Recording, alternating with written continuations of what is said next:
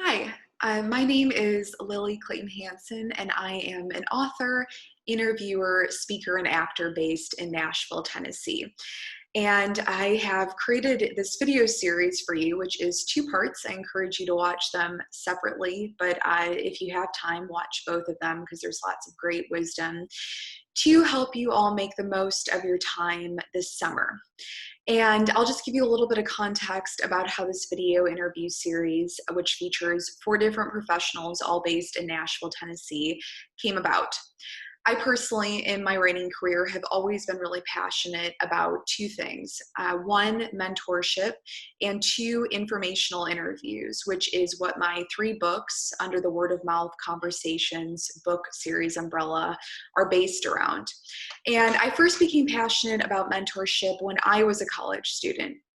Just like you all, I was 20 years old and knew that I loved creativity and writing and people, but I didn't quite know what I wanted to do in terms of my career.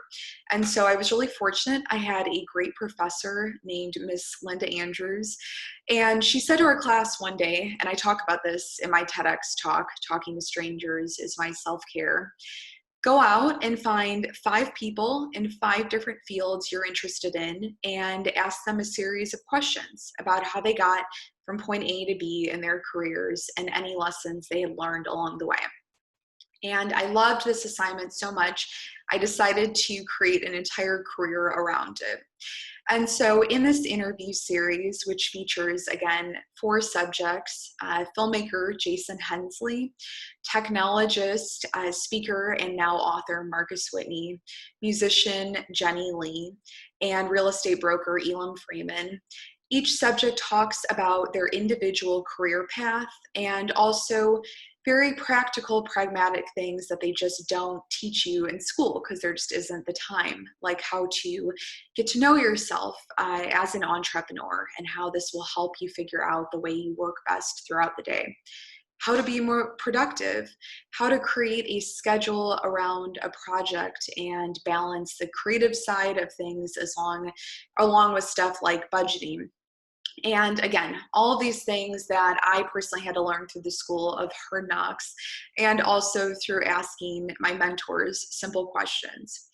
And so I encourage you all to, again, watch these videos, really actively listen and be present while these subjects are talking, and keep an open mind. Even if it's someone who is in a field that you're not particularly interested in, what I found, again, through doing over 1,000 interviews in my career, is that you can always learn something from anyone. And the best thing is, if you want to go out afterwards and do informational interviews on your own and find mentors, people love to share what they've learned. I know for me personally, one of the benefits of having a 13-year writing career is being able to speak at universities and mentor younger writers and share all of the things that I had to learn on my own. And so again, watch this series in two parts, take notes, listen, put whatever applies to you through your own filter, and most of all, use this summer to get to know yourself better. Find your purpose if that's possible, and figure out what matters most to you in life. Because I know for me, that is what will get you through the challenging times and also make your career the most rewarding. So thank you so much again for this opportunity, Belmont University. I think this is such a wonderful school, and it's a privilege to be here today. Enjoy. Okay, well, I am very excited to be here today with my third interview subject, who is one of my dear friends, and she has actually been self-employed her entire career, which is why I wanted to talk to her today. So we're going to be talking to Elam Freeman.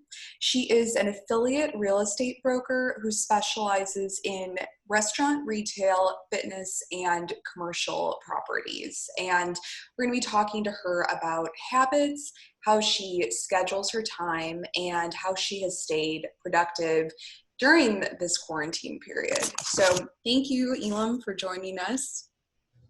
Thanks, Lily. I appreciate you having me on. I'm excited to talk about these topics. As I feel like you and I really bond over this, even though we're in two totally different industries.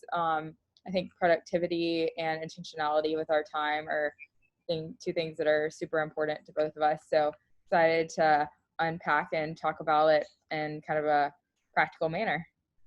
Awesome. Well, first and foremost, you have always been self-employed. And as we were just talking about, a lot of, I think working from home is about developing the right habits and schedule, and honestly, just, setting goals and getting them done, which isn't always the easiest thing possible. So why don't we talk a little bit about how you just schedule your day? I've never been someone that is like, I get up at 5 a.m., I do a workout, I have the same, routine in that sense every single morning, or like I eat the same thing for breakfast and like I can't veer from that for years on end. I very much try to be in tune with kind of my body and in tune with, my emotional, mental, physical health, and respond to that. And so I'm constantly, though I always have a routine and I always know what I'm going to be doing when, it's constantly shifting. And so, I mean, I live minute by minute off my calendar. And that is really kind of like my, living to-do list, but it just puts it in time frames. And a lot of times things end up taking longer. And so I'll have to shift something. I mean, I'm constantly moving things. Okay, well, if it's something that can only be done on a weekend, it's getting pushed to the next weekend. Or if it's something that, has a deadline, but it's still a few days out, it's my way of prioritizing what I have going on. And in terms of working, so I've always felt like, for example, I did a lot better in college academically than I did in high school, because I was someone that was always kind of self-driven. I like to be in control of my time. And in high school, I felt like there was all this wasted time in between classes. You had to go to these mandatory meetings that maybe only applied to half of your class or student body, but yet everyone was required to be there. Or in colleges, you just got to shape your whole schedule. And so when I graduated from school and I started working, I was, because I did have a few jobs after graduation that were salary jobs that required me to be in an office.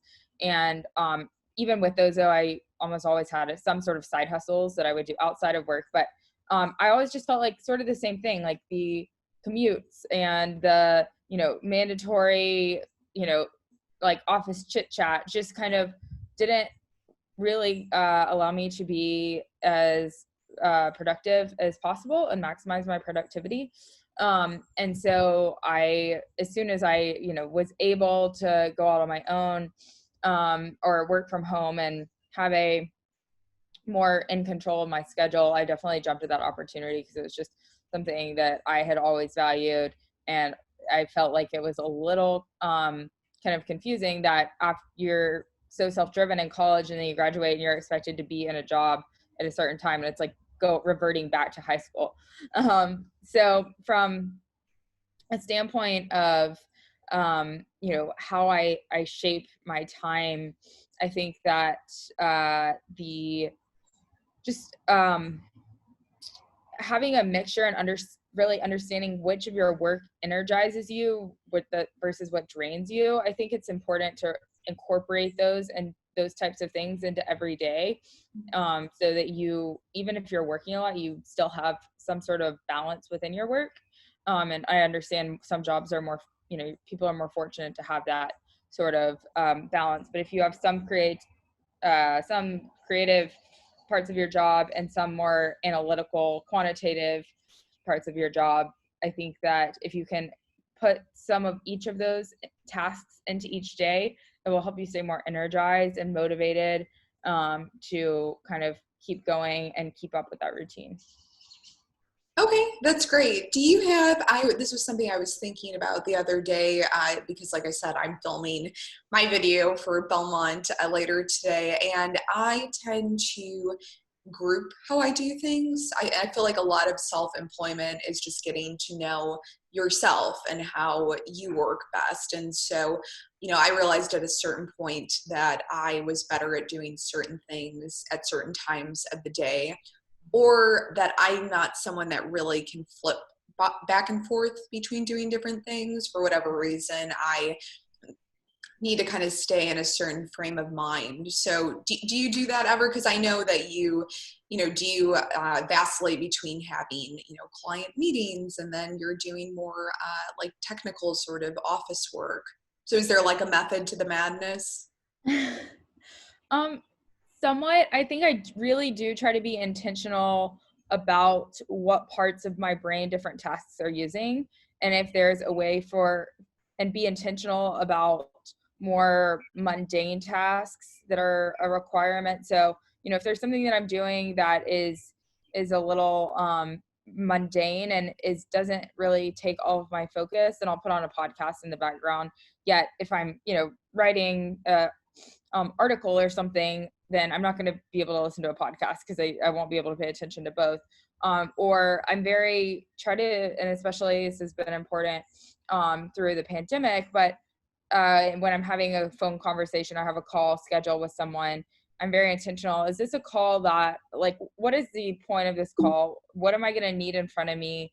And what is a relationship with this person? Because some are more professional. Maybe I need to appear on the Zoom screen. Maybe I need to share my screen, or I just need to be very on it with no background noise. Whereas some are, catching up with, even if there's someone in my industry, if it's more of a catch up call and we have a more casual relationship, I'm going to use that time to go on a walk and make sure that I'm getting it. If I don't have another time to get exercise that day, I'm getting exercise, or I'm doing some chores around the house during that call. So from a standpoint of, when am I most sharp, there's certainly my most analytical work I try to wake up early in the morning and do, because, starting by a lot of times 7 a.m. because I work with a lot of people on the East Coast, or an hour ahead. My phone's starting to go off. I'm starting to get text messages, emails that I'm expected to respond to through the day. So really 7 a.m. because I also work with people on the West Coast to 7 p.m., which is, 8 to 5 in that for that window is really, and Monday through Friday is really kind of like me being in a more responsive mode. And so anytime I'm working outside of that time, I'm intentional to be working on more proactive, like uninterrupted projects that take no interruption. And sometimes I will tell my clients, I'm not going to be able to get this to you until next week, because I got to take 2 or 3 hours of uninterrupted time this weekend to give my complete focus to something. Okay, that's great. And then I know that's something you had, because I had interviewed you for the video interview series I was doing during the pandemic, and talking to people about, how they were coping with working from home during, quarantine.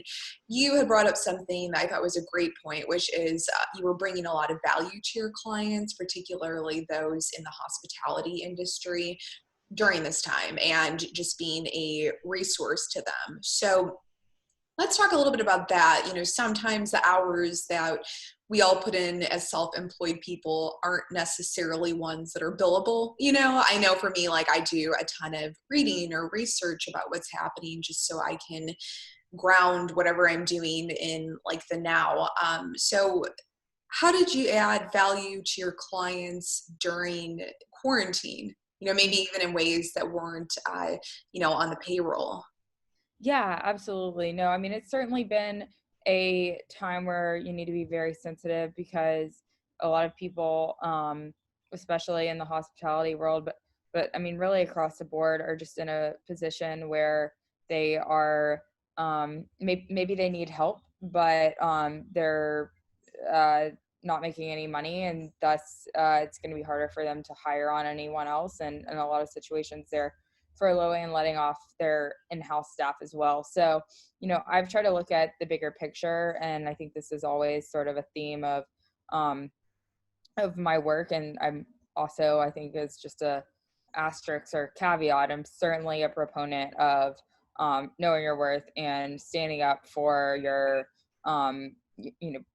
when you deserve to be paid, that you need to make sure that you are prepping yourself to have those hard conversations sometimes, and not letting people walk all over you for free information.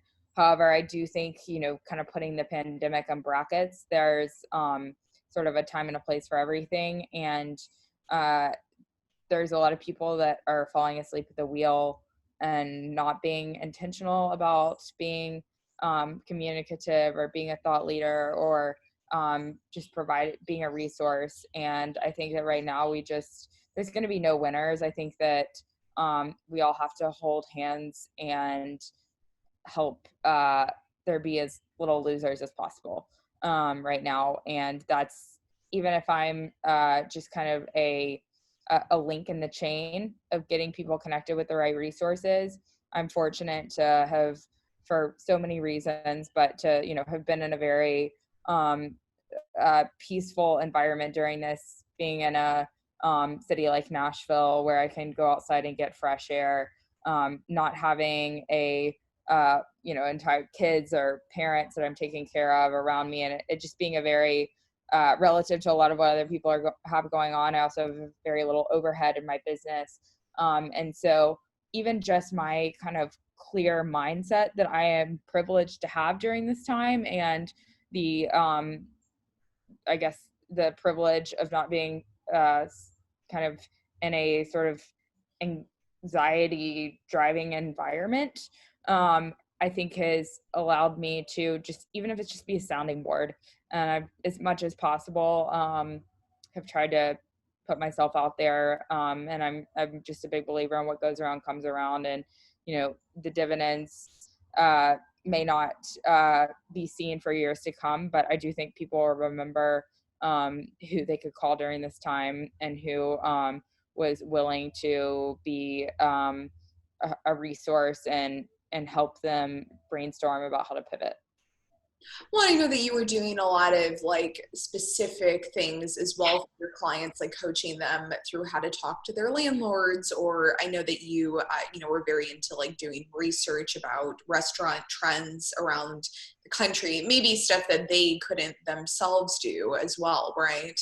Right, exactly. Yeah, and that's the type of thing. I had the time. I wasn't worrying about payroll. I wasn't worrying about, filing for PPP. All these things. I just was privileged to have the extra time that allowed me to really aggregate resources and talk to people and understand not only published trends, but use my network across the country to kind of hear about things before they even became a kind of widespread phenomena or a common concept.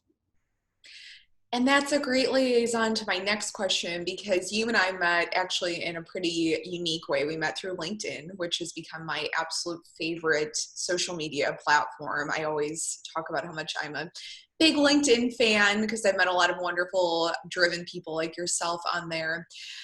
One thing that's come up during this time is, how do you network when there aren't as many face-to-face opportunities? And I know that I've thought about this a lot because I've actually still been able to connect with people during this time, but I think that you have to be more intentional about it and maybe more of a go-getter and like extend the olive branch first. So what advice do you have for people to just stay connected and also keep expanding their social circle when maybe there aren't as many opportunities to connect in person? Right. Um, I guess there's a few different answers to this, kind of depending on what you're looking for. I mean, for me, it's been incredible because I am much more of a fan of one-on-one conversations and kind of like hand picking who I'm networking with, as opposed to large events, where it just kind of feels like roulette a little bit. Um, but I would say, not everyone is kind of prefers networking in that way. And so I haven't, because that is my preferred way of networking, kind of how I was doing it before. I haven't done a ton of research into some of these platforms, but I read a lot of the things that I read, like have highlighted various platforms that were either existed before coronavirus and have just kind of blown up since, or didn't exist, and have been incepted during coronavirus. But there's certainly, I mean, a lot of opportunities, and just whether it's apps, and other kind of tools out there that are allowing people to connect, and they're kind of creating, using, maybe it's using algorithms, maybe it's using surveys to connect people who, you know, may not necessarily be in the same city, maybe across the world, but maybe having like similar experiences during coronavirus. You know, some of those are tied to mental health. Some of them are tied to dating. Some are more open-ended. So personally haven't used those, but I think that, you know, they're great tools for people that maybe feel like they have less to offer right now, or less going on, or feel lonely. You know, I've never been so thankful for technology, having technology as a resource during this. Well, and you know, I think right now is a great time where, you know, someone said this to me perfectly in a video interview. They said, just reach out. I mean, which I know you're really good about, because a lot of times what I've realized is sometimes during times where emotions are high and things are crazy, it's not that other people don't want to connect. Maybe they just don't have like the drive to do it right now. So I know you've always been really good about that. Just, you know, casting out the line, you know, and not being afraid to be the first person to extend the olive branch.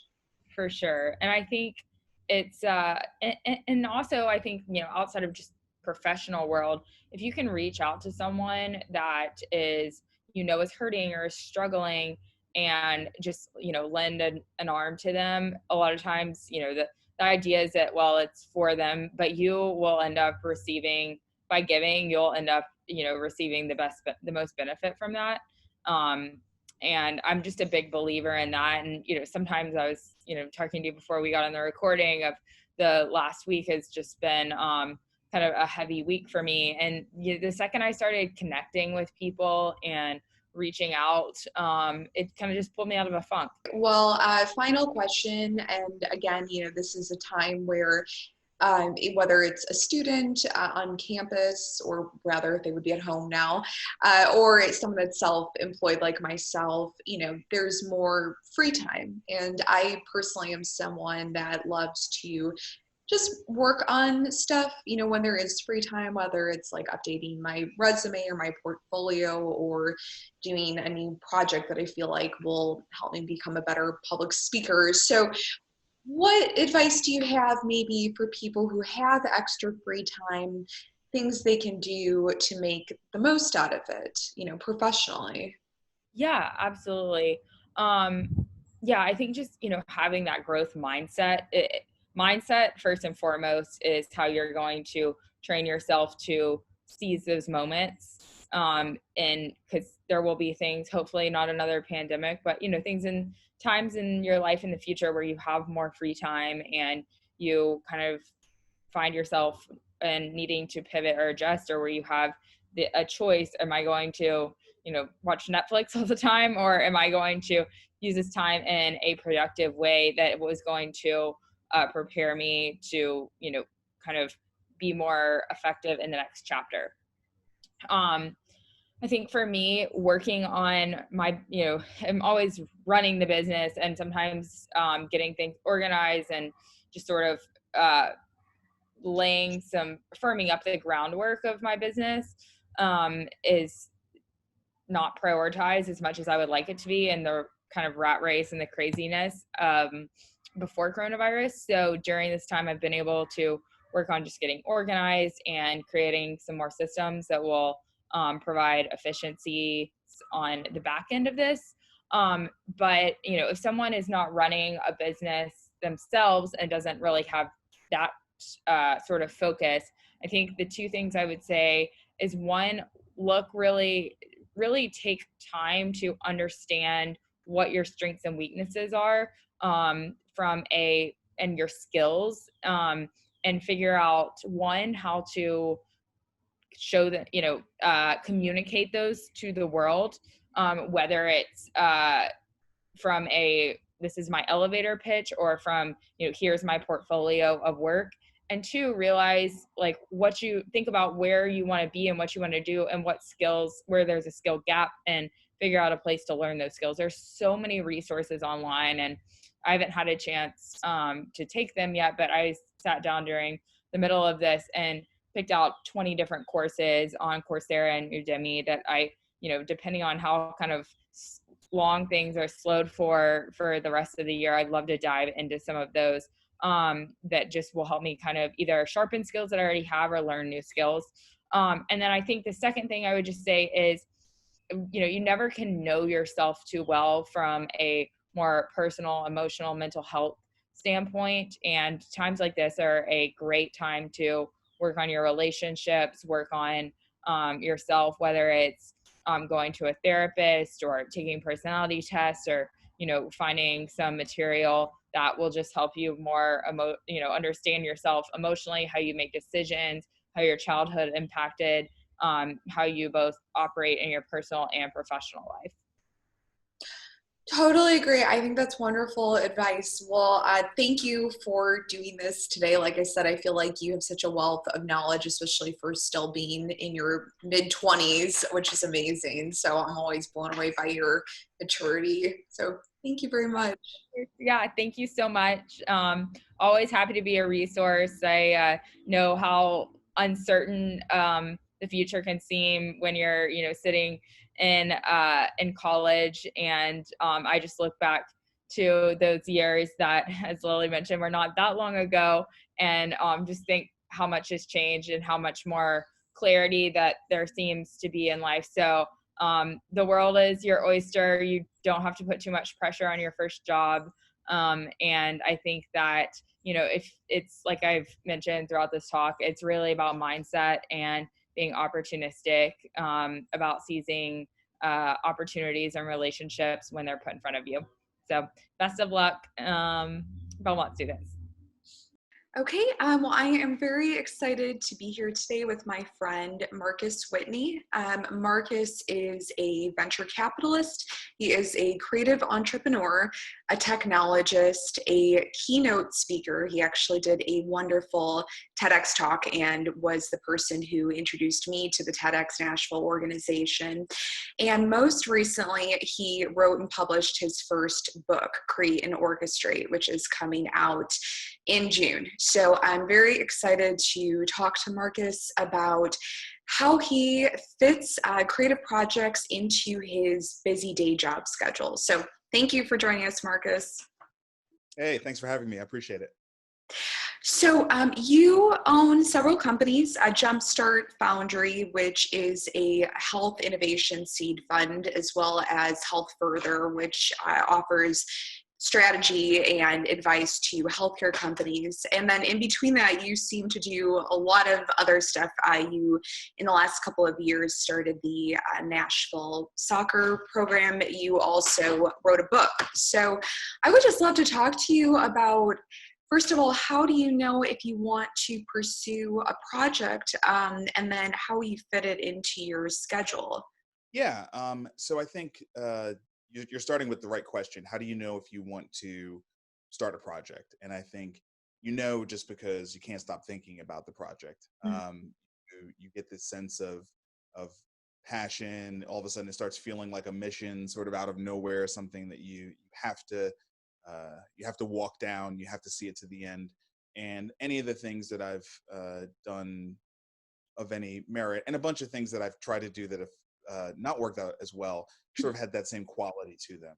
That just sort of took. It's not that different from like when you meet somebody and you feel like this sense of wow, sort of comes over you, and Sure. like that first feeling of being in love with somebody, or at least totally enamored with somebody. It's similar with ideas or projects, at least for me. So I think that's probably how I know that I'm gonna go work on something.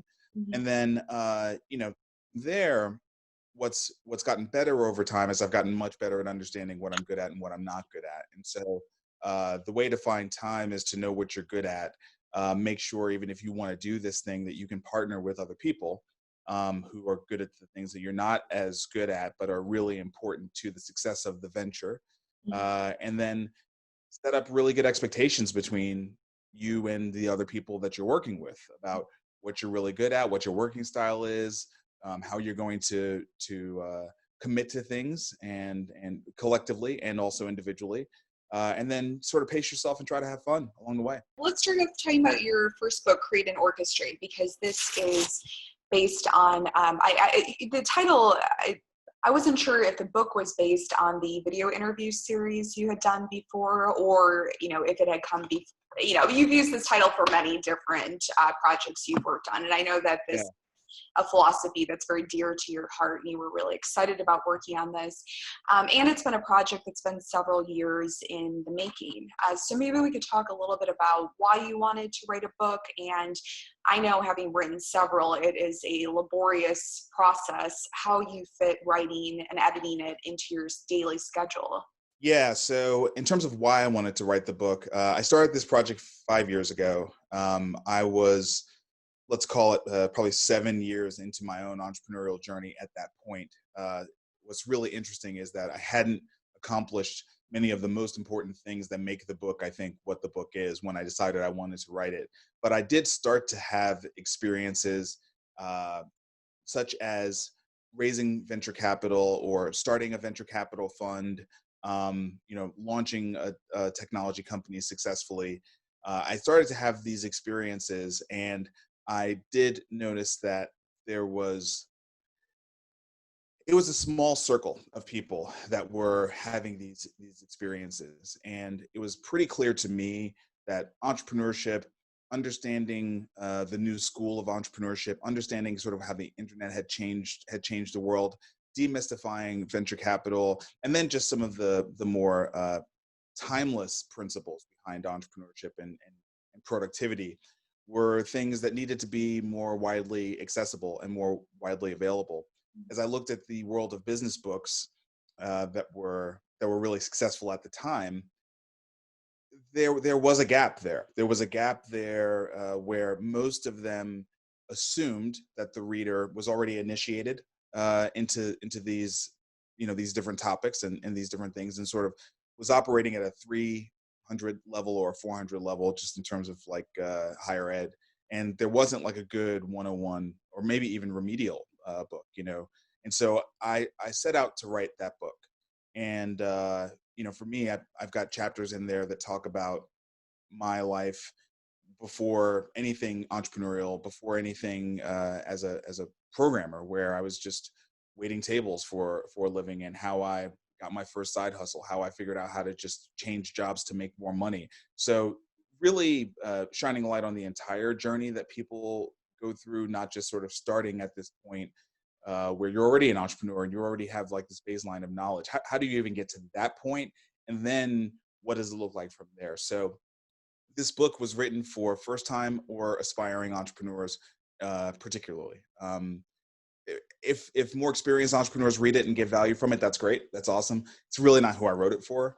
I wrote it for myself 7 years prior, the person who made a ton of mistakes, ran into a ton of brick walls, and quite frankly didn't see anybody who I felt like I could relate to, that I would trust to give me this information. So that's why. In terms of how I fit it in to my life and to my other work, so that was a hard process of learning what it meant to be a writer. So I think I've taken 5 years to become, Lily, what you've been for a while now, which is an author, right? And understand that writing is the job, right? And so it took me a while to realize just how much work went into writing a book, and that I had to just write all the time to get good enough for my first drafts to be decent and not be something I would need to just throw away. So I would say over the last 5 years, I did more than write a book. I would say I became an author. I would hope that if I try to write a book again, it won't take quite as long. I think I've learned a lot about how to structure a book, how a book flows, active versus passive voice, getting to the point, all these kinds of things that are sort of, secondhand for you. These are things I had to learn. I didn't know them. I would say now I incorporate writing as part of what I do every week at a minimum, but usually multiple times a week. So, I've got a newsletter that I write, once a week religiously, just to kind of keep me in the practice of writing. And then in the middle of the week, I like to spend an hour to 2 hours just steadily writing. To get this book across the line, I had to shut everything down, go off into a cabin for a week, and just hammer out the final version of the book. That's what it took for me. And on those days, I wasn't like walking around a creek. I was locked in a cabin writing for 14 hours a day, 5 days, right? That's like what it took for me to get to the finish line. And when I went to the cabin, I already had 50,000+ words, and I tore down probably 30,000 of them and wrote another 25, so yeah, I don't think there are any shortcuts to writing. That's what I've sort of learned. Writing is real work. And if you really want to do it, then you have to prioritize it right alongside any other type of work you would be doing. So, Yep. tell us a little bit about maybe some of the obstacles that came up during the writing process. Again, I like that you took your time. You said that you learned how to become an author versus just write a book. So, again, this was the development of a craft. What kind of obstacles did you run into? Was it, making time for the actual writing itself? Was it needing to maybe lend more time to researching how other people put together business books? I think there was one moment of existential crisis that, I'm writing this book to share wisdom that I've learned about the world of business for other people. And about 2.5 years in, I had a really bad business event happen. And it really shook my confidence around whether or not I should even be doing it. Should I do it? I came out on the other side of that event with a much more realistic and holistic perspective on business that I was able to infuse into the book. And I'm really glad that it happened, right? I'm really glad that I didn't end up writing this superficial book about business, and I wrote this book about business as an activity that you do in your life, right? And how it's not you, it's something you're doing. And I think that was the biggest thing for me. There was also I was working with an author, probably in a similar relationship to the one that you have with the woman you were talking about, successful corporate lady. I was working with an author structuring my book, and there was right in the middle of that moment, I was just frustrated and fed up, and I sent her a draft of the book that must have been just absolutely terrible. And I was like, that's it, I'm done. Like, review this, let's edit it, and let's put it out. And like a week later, she sent me an email, and she was like, Marcus, all I can tell you is keep writing. Like, she was not going to let me just like put out this terrible book. And I think that was the moment where I started to really have another level of respect for this journey that I decided to put myself on, which I think is a common thread in all the things that I've tried to do. So, many of which are business, but not entirely. I'm married. I'm a father. These are sort of journeys that I've been on as a human.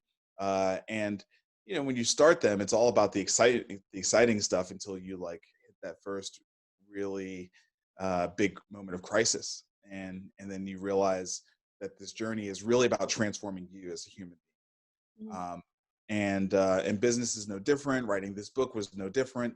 I'm a much different human being on the other side of this book. And I think I'm more excited to get it out in the world for that reason. I mean, I think the book is really good, and I'm excited for people to read it and to find value in it and all that kind of stuff. But I also just think I transformed as a human. I'm a much better person, having gone through the grief and the shame and the sadness related to the process of writing this book. And and I think I'm so happy that I did not have a ghostwriter. There were multiple times during the darkest hours of this process. I'm using all these like dramatic words, but Lily, like writing a book, like there are some dark hours and dark days, through the process. And I definitely am glad that I never conceded to the idea of having someone else write it. The fact that it took twice as long as I thought it was going to take, but I wrote all the words. You know what I mean? Like, these are my words. To me, that's awesome, and is so much of what life is about. Just like sticking through things, even if they take you twice as long as you think they're going to take you. You have, again, a wonderful TED Talk. I'm just going to look down and make sure I get the name of it right. To change your world, you have to lie a little. And I remember I had watched it as inspiration for writing my own TEDx talk, because I thought it was such a unique concept and idea, but also you were so honest during it about, going from dropping out of college to literally teaching yourself everything you know. So now might be a time where, students, again, this video is for Belmont students, have some extra free time on their hands and maybe are interested in teaching themselves a new skill. What advice would you have for them in regards to just starting something? I think that these journeys that we go on are they are guaranteed to be difficult. They are guaranteed to have really hard days. They're guaranteed to make us feel inadequate. Like those are the things that are guaranteed, right? And so I think that you have to have purpose in order to get to the other side of those things. Because if you're doing something and these little or big moments of crisis sort of hit, insecurity, doubt, shame, when these things hit, and they're guaranteed to hit, if you don't have purpose, it's pretty hard to get to the other side. It's pretty hard. Whereas if you do have purpose, it's the opposite. It's easy to get to the other side because purpose just sort of lifts you, So it's like the physics of emotion, right? You're not really the driving force, and it's hard for you to be the driving force. You have to have something bigger than you in order for it to pull you through. Like it pulls you through, right? It pulls you through the difficulty. So I think that's the thing. When you look at my TED Talk, the thing that I never explicitly said, but I did show throughout, was, I start the talk in terms of my own story with me as a waiter, but I've got like my 1-year-old son on my lap, right? And then later on, like I show my boys at that point, grown up, hug each other, during a race. And it's like, my boys were my purpose, right? So if I ever wanted to give up, it's like, I got this 1-year-old and I got another one like on the way, like I cannot, it's like, it's just not an option, right? So I'll just have to sit in this moment of fear, doubt, shame until it goes away, but I got to keep plugging away. You know what I mean? And if I didn't have that purpose, I easily could have and probably would have quit, for a million other things. So when you're a student, try to spend time thinking about what matters to you. Think about what matters to you before you like set out to do something, and try to like anchor in on what matters to you. I think that helps everything. Yeah, absolutely. I mean, again, would be curious to maybe expand on that a little bit.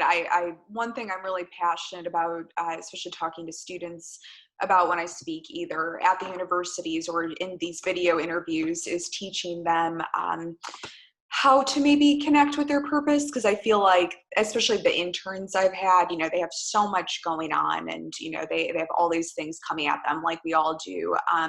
Sometimes it can be hard to, be still and go back to whatever it is that is driving you. Because I agree. I love everything you're saying. I mean, I think that if you don't have a purpose, then you're going to give up. And your book is living proof that you did have this purpose. So do you have any sort of tips on maybe practices that you use to just remind yourself of why you're doing something? Purpose comes from two things, right? It comes from within, right? So you have to have a solid inner dialogue.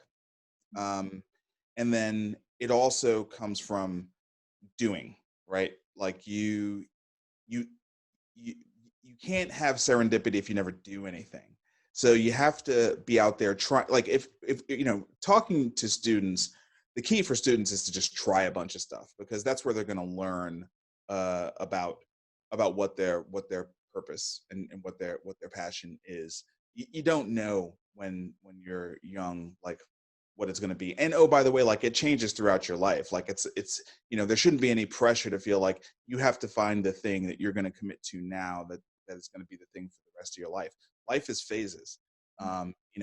And find the thing that will carry you for right now. And if it lasts 2 years, 3 years, 4 years, 7 years, that's awesome. If it lasts the rest of your life, that's awesome too.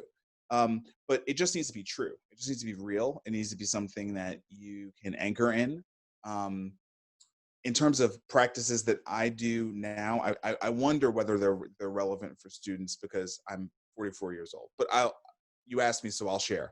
I meditate every day for 20 minutes, and that's a hard thing to explain in words, because the point of meditation is to not talk.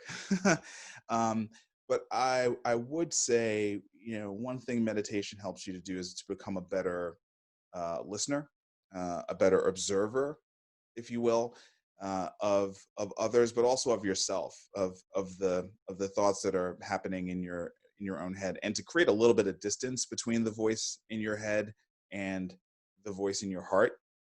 So meditation is a great practice for that. I do a bunch of tinkering. I try a lot of stuff. Still, my desk here is full of gadgets. I'm going to be trying to do live broadcasting, with podcasts, and I don't know how to do it. So I'm learning how to do it, and it's hard, and it's embarrassing, because it's pretty hard to like test it without going live and screwing up, and people are like going to your live stream and they're like, oh, this sucks. Why am I checking this out? So you have to, like, literally that happened to me yesterday, and and it, like, I'm not beyond feeling shame and doubt from that. I definitely ended my day like ashamed at how bad my live stream was and doubting whether or not I should keep doing it. But wake up the next day and you sit down and you just like you continue to move forward. You do get to this point with age where you stack up enough experiences and you realize that you'll never get anywhere without any pain. When you're younger, you associate pain with, I don't want to, I don't want to have this experience. But once you have that first thing you care about, you'll realize there's no way to make any progress in it if you don't go through and experience some level of pain, some level of discomfort, some level of suffering. It's just not possible.